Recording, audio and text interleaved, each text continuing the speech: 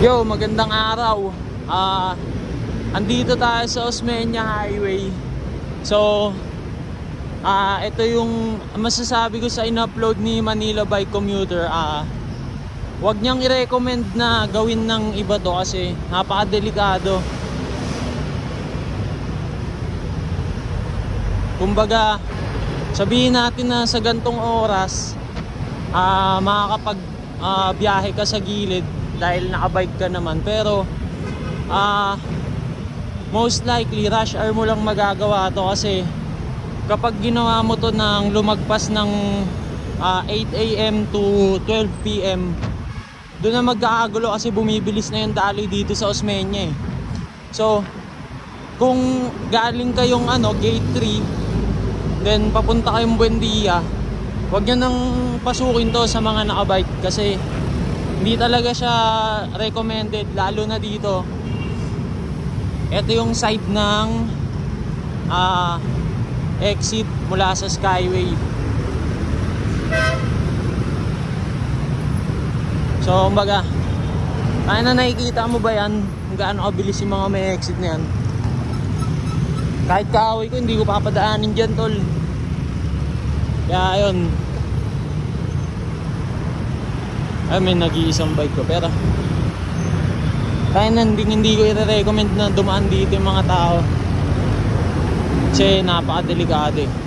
Kaya refrain natin yung paglabas ng video na kasi etong sistema na to hindi naman talaga siya ginawa para sa mga bike.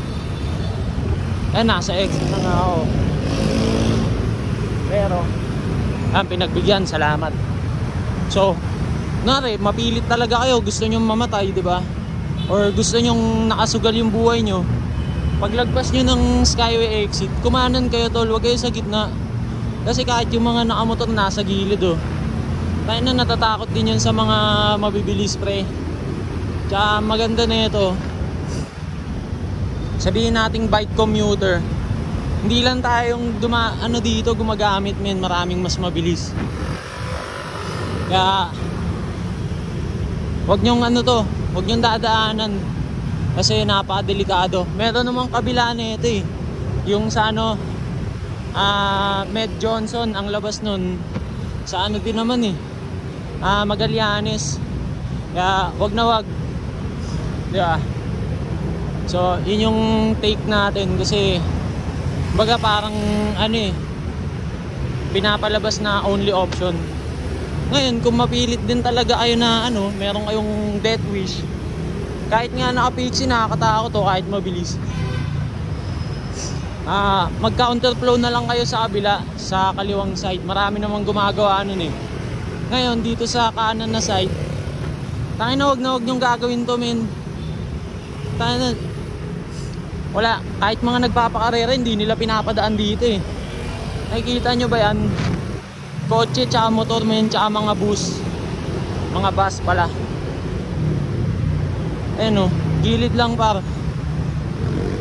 Ngayon, since nakabike naman tayo, tangin na kahit gaano pa kalaking bike yan, pwede naman buhatin eh.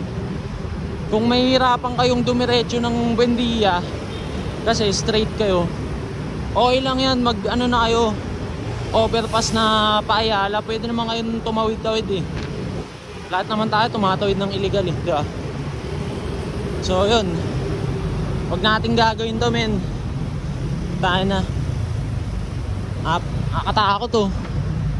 Tsaka pagka nagka-aberya tayo dito, sabihin natin walang magigilidan dito. Tayo na, puro basura sa gilid